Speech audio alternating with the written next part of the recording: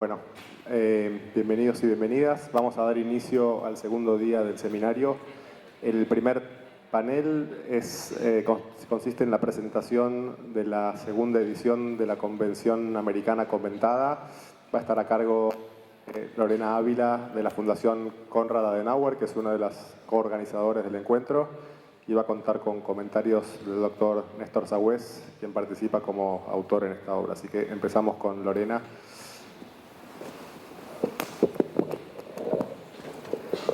Bueno, muy buenas tardes para todos. Para mí es un... Sí me escuchan bien, ¿verdad? Sí. Es un gran honor estar acá, apoyando una vez más parte del programa Estado de Derecho para América Latina de la Fundación Konrad Adenauer, aquí el aniversario de los 40 años de la Corte Interamericana de Derechos Humanos. Y me siento muy honrada también porque no es un espacio cualquiera. La Universidad de Buenos Aires es un referente en todo el continente y en Colombia tenemos mucho aprecio por este centro académico y efectivamente es una gran oportunidad para el programa para poderles presentar a ustedes tal vez una de los libros de textos más esperados por las facultades de Derecho en todo el continente. Y creo que no miento cuando hablo del comentario a la Convención Americana de Derechos Humanos. Sé que los que están acá son estudiosos muy juiciosos de la Convención y esta es para ustedes una noticia muy feliz porque efectivamente por fin tenemos la segunda edición del comentario. En esta presentación precisamente quiero hacer hincapié en la idea del comentario o por qué no es gratuito hablar de un comentario a la Convención. Y es que no en vano es un programa que está dirigido por la cooperación alemana. Y los alemanes tienen una forma muy particular y muy pragmática de acercarse a la enseñanza o al estudio del derecho. La idea de los comentarios a los libros de textos de derecho en Alemania busca ser una ayuda pragmática, una ayuda concreta, una ayuda que permita ir directamente a lo que permite solucionar un caso, y es que ellos desde primer semestre están resolviendo casos prácticos, así que necesitan guías igualmente prácticas que permitan efectivamente conocer lo que está detrás de los libros de texto de derecho. En ese sentido, este comentario busca encontrar en ese metalenguaje que tienen estos libros de texto un acercamiento realmente para lo que tenemos nosotros en América Latina. Así que en esta edición ustedes van a encontrar lo que está en los comentarios alemanes, efectivamente una génesis de los artículos, una finalidad de cada uno de los artículos y por supuesto la hermenéutica detrás. Sin embargo, para nosotros ha sido clave traer a colación también el espíritu latinoamericano en esto y lo que a menudo nuestra directora Marie-Christine Fuchs llama un poco la lírica de la construcción jurídica que existe en América Latina, en donde acudimos un poco más a lenguajes más prosaicos para construir o para fortalecer la construcción del derecho en nuestros países. Así que además de estos 3 puntos, ustedes también van a encontrar interpretaciones, aplicaciones de cada uno de los artículos y por supuesto un recorrido muy robusto a la jurisprudencia de la Corte Interamericana en los últimos años. En este comentario, en la segunda edición, ustedes van a encontrar efectivamente jurisprudencia que va hasta el 2016-2017 y ya ustedes van a ver más o menos en qué temas específicamente. ¿Qué trae de nuevo la segunda edición y por qué es tan importante tal vez esta respecto a la anterior? Hay un capítulo enteramente dedicado a la construcción que se ha hecho a partir de los artículos que ya existen. Se ha tratado de revisar la conexión entre derecho a la propiedad, derechos políticos y demás aplicables al contexto de pueblos indígenas.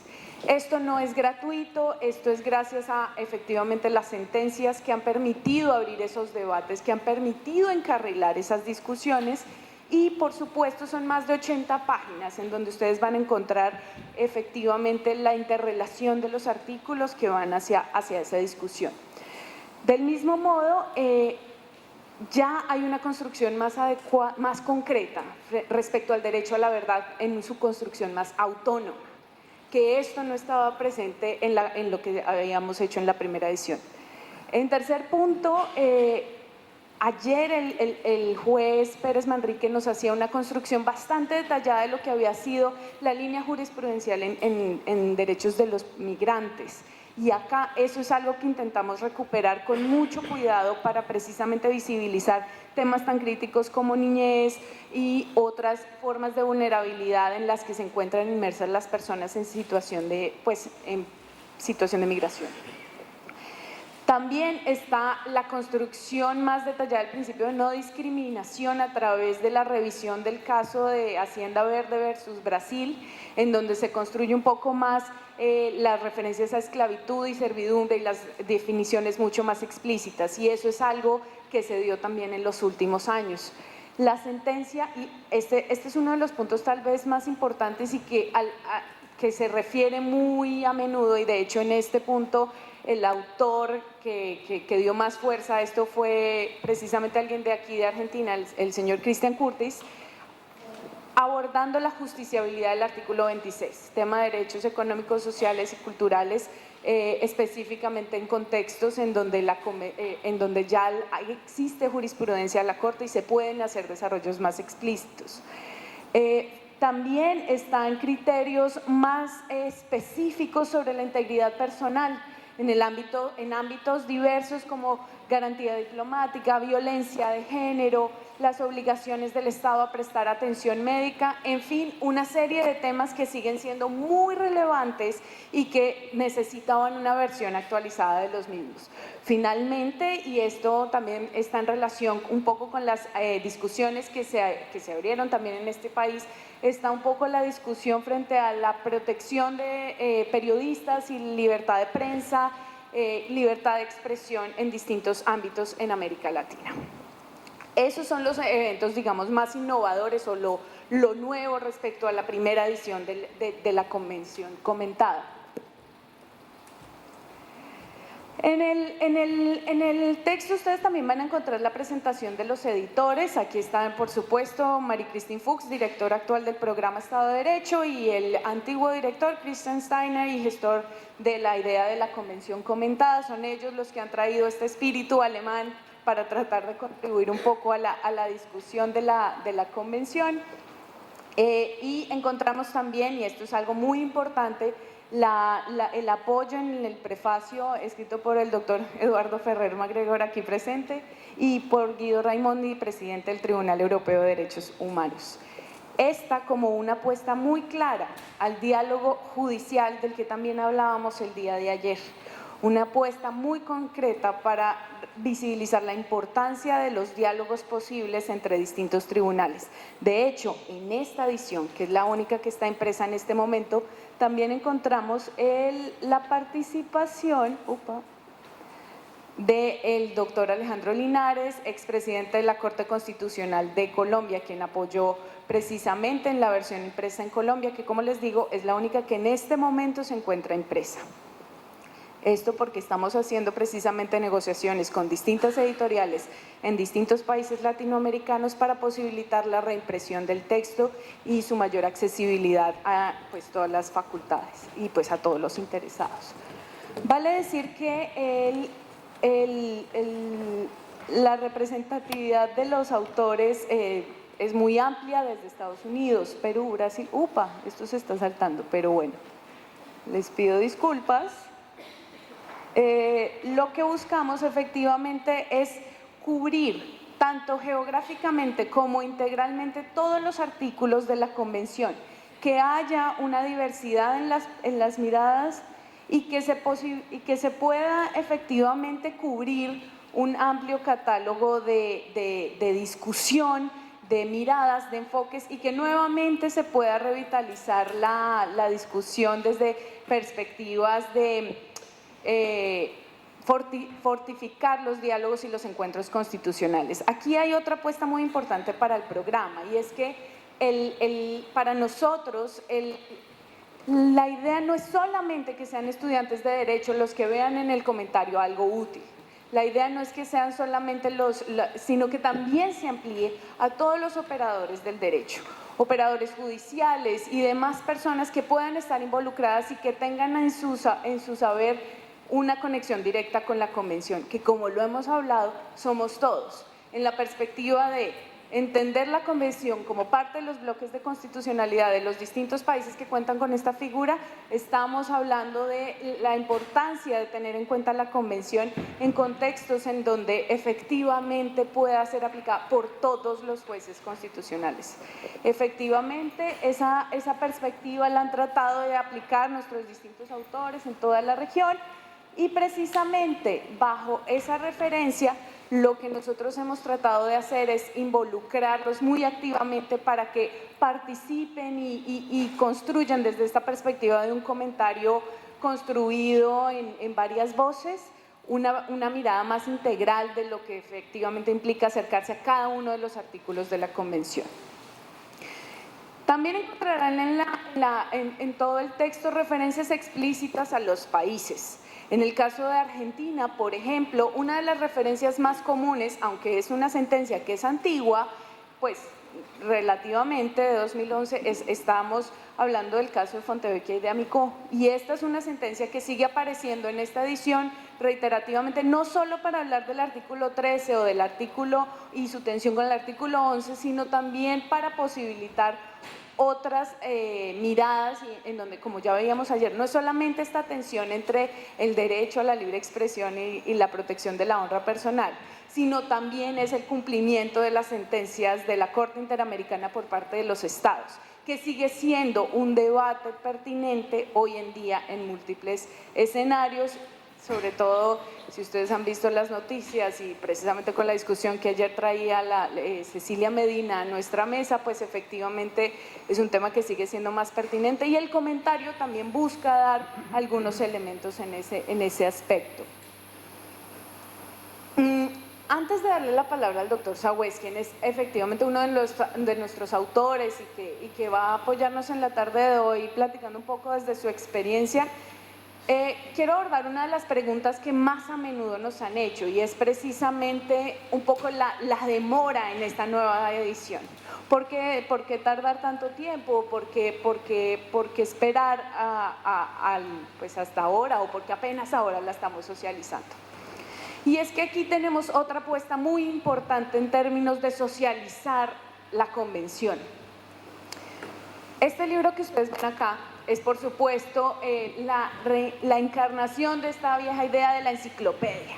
Si saben, de uno poder ir y revisar en los libros de texto lo que puede servir.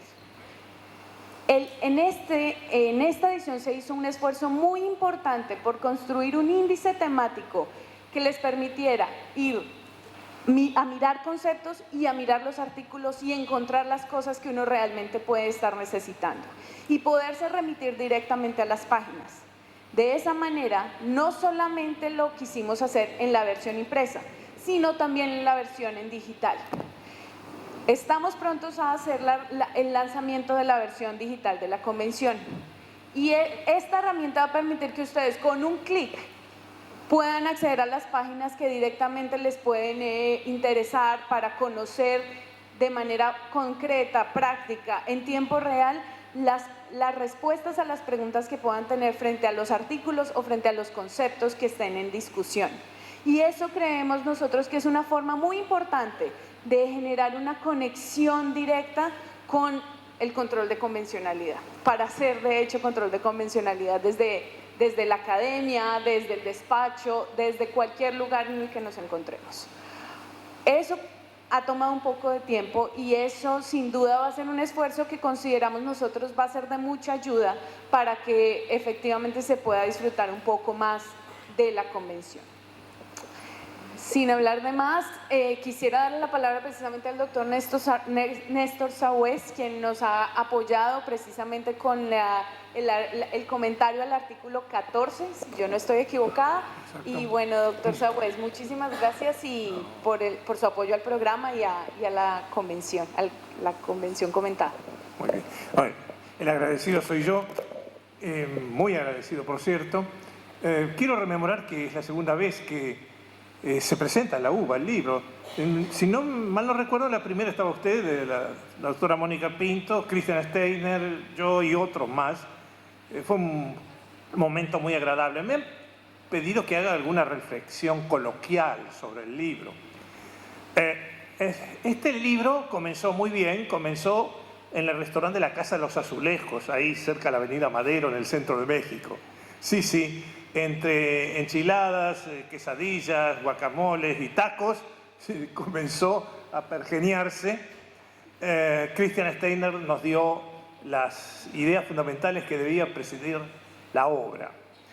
El texto no tenía por fin, y no lo tiene, ser un tratado especulativo sobre derechos humanos.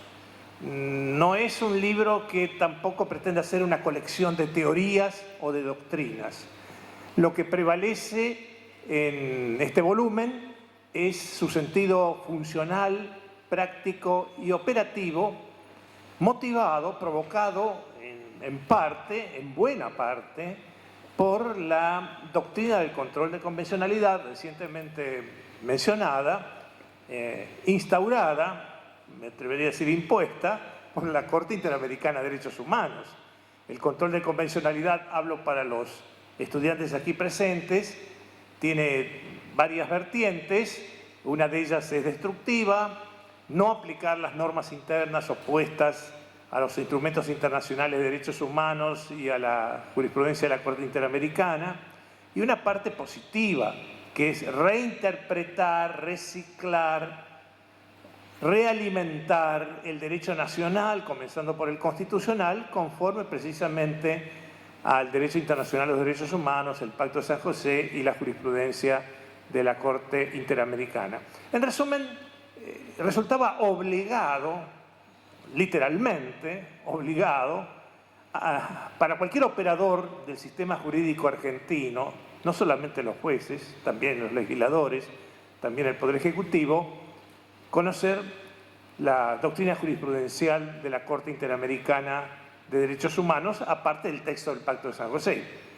El tema, digamos, tropieza con algunas dificultades porque la cantidad de documentos emanados de la Corte Interamericana a nivel de sentencias y opiniones consultivas es elevado, la cantidad de páginas a consultar debe estar superando las 15.000 aproximadamente, y por lo tanto, para tornar útil el sistema, para tornarlo eficazmente funcional, era necesario al lector suministrarle una sinopsis de la doctrina elaborada por la Corte Interamericana en el tema, de la Convención Americana de Derechos Humanos en particular, para precisamente que los gestores, los intérpretes y operadores nacionales aplicasen tal doctrina en los casos que debían atender o que debían resolver. Por lo tanto, el libro no es un monumento teórico, no, es un tratado inspirado por la práctica o para la práctica funcional, cuya mayor ambición no es ser un libro erudito, sino un libro útil, un libro operativo. Y creo que eso lo cumple en un alto grado, en muy buena proporción, y me atrevería a decir que sin perjuicio de otras obras que ha editado la Fundación Adenauer, que son muy meritorias, algunas de largo aliento, como los anuarios, tal vez sea la pieza más importante del tesoro de la Fundación para los operadores latinoamericanos del derecho. Así que ese objetivo se ha logrado y no conozco otro libro que satisfaga esas metas como el que aquí presentamos en su segunda edición hoy. Parte de esta muestra de lo beneficioso del libro es el éxito editorial que ha tenido, su agotamiento, la búsqueda, no solamente por amor al arte, sino para aplicarlo, para usarlo en sentencias, en dictámenes, en recomendaciones, etc. De ahí que constituya un volumen, como digo, imprescindible para quien desee conocer el sistema interamericano de derechos humanos y aplicarlo y cumplir así con las pautas del control de convencionalidad. Esa era una faceta que quería destacar. La segunda ha sido el ritmo agradable de trabajo que supo imprimirle Christian Steiner y sus sucesores y los colaboradores, comenzando por Patricia Uribe y el resto de auxiliares y asistentes de la Fundación, en un clima de gran amabilidad, de gran simpatía, de gran cordialidad. Fue un placer contribuir al éxito, a la conclusión de este libro. Además, si ustedes repasan la nómina de los autores, verán que el espectro es amplísimo. Hay representantes o partícipes de prácticamente todos los países de la región y además es un libro intergeneracional. En fin, no todos son tan jóvenes como yo, quiero aclarar, pero en realidad hay grupos de autores calificados, ya maduros, algunos muy veteranos, y un grupo también de jóvenes auxiliares que contribuyeron con su pluma para el éxito de la obra. En síntesis, se me pidió que hablara 5 minutos. Quiero decir que como autor, como colaborador, fue una experiencia tan provechosa para mí, como la de todos los que han aportado aquí su contribución, como también útil para la vigencia del sistema interamericano de derechos humanos. Insisto en la calificación de un libro, un documento, un material imprescindible en esa gestión. Y me circunscribo al tiempo fijado, pienso en primer lugar para beneficio de todos los aquí presentes. Muchas gracias.